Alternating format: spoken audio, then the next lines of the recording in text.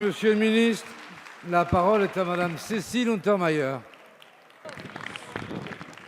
On écoute Madame Untermaier, s'il vous plaît.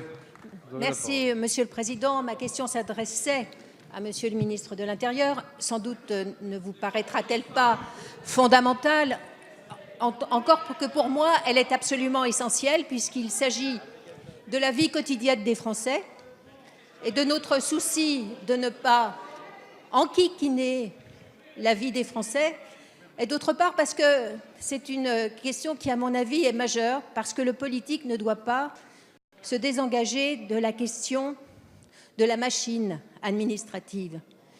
Je pense que le ministre doit être derrière son administration et s'assurer que bien le travail répond aux attentes des citoyens et des usagers. Je veux parler des procédures dématérialisées,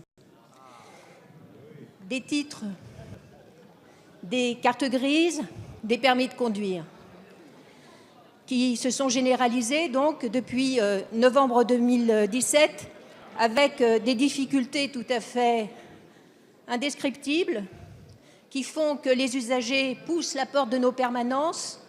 Encore dernièrement, j'associe bien sûr à ce constat Christine Pires-Beaune, qui peut vous fournir un certain nombre des échecs de ce dispositif. Alors nous ne sommes pas contre. Untermaier a la parole.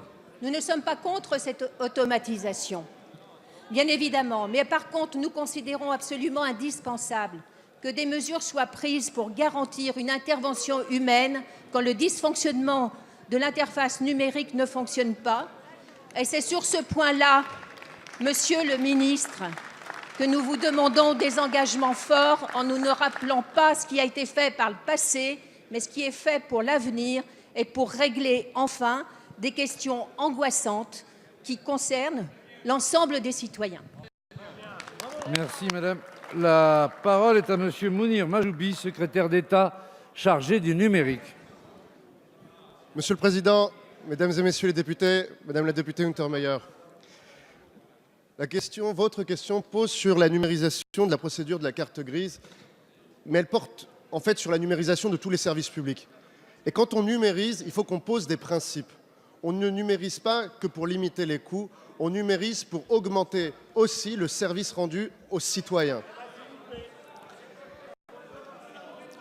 La mise en place de ce nouveau dispositif de la NTS depuis novembre 2017 fait suite à plusieurs années de transformation des préfectures.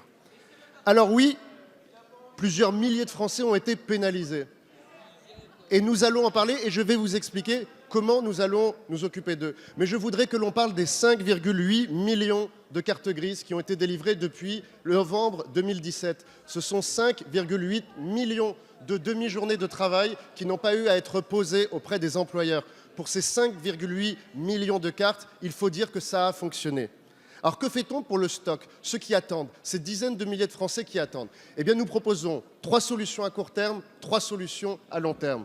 Les 3 solutions à court terme, ça a été l'augmentation des moyens humains du centre de traitement de la NTS. 180 personnes qui, aujourd'hui, au quotidien, font diminuer cette liste d'attente. Il faut parler des 310 points d'accueil numérique. Vous l'avez rappelé, on va numériser, mais on va aussi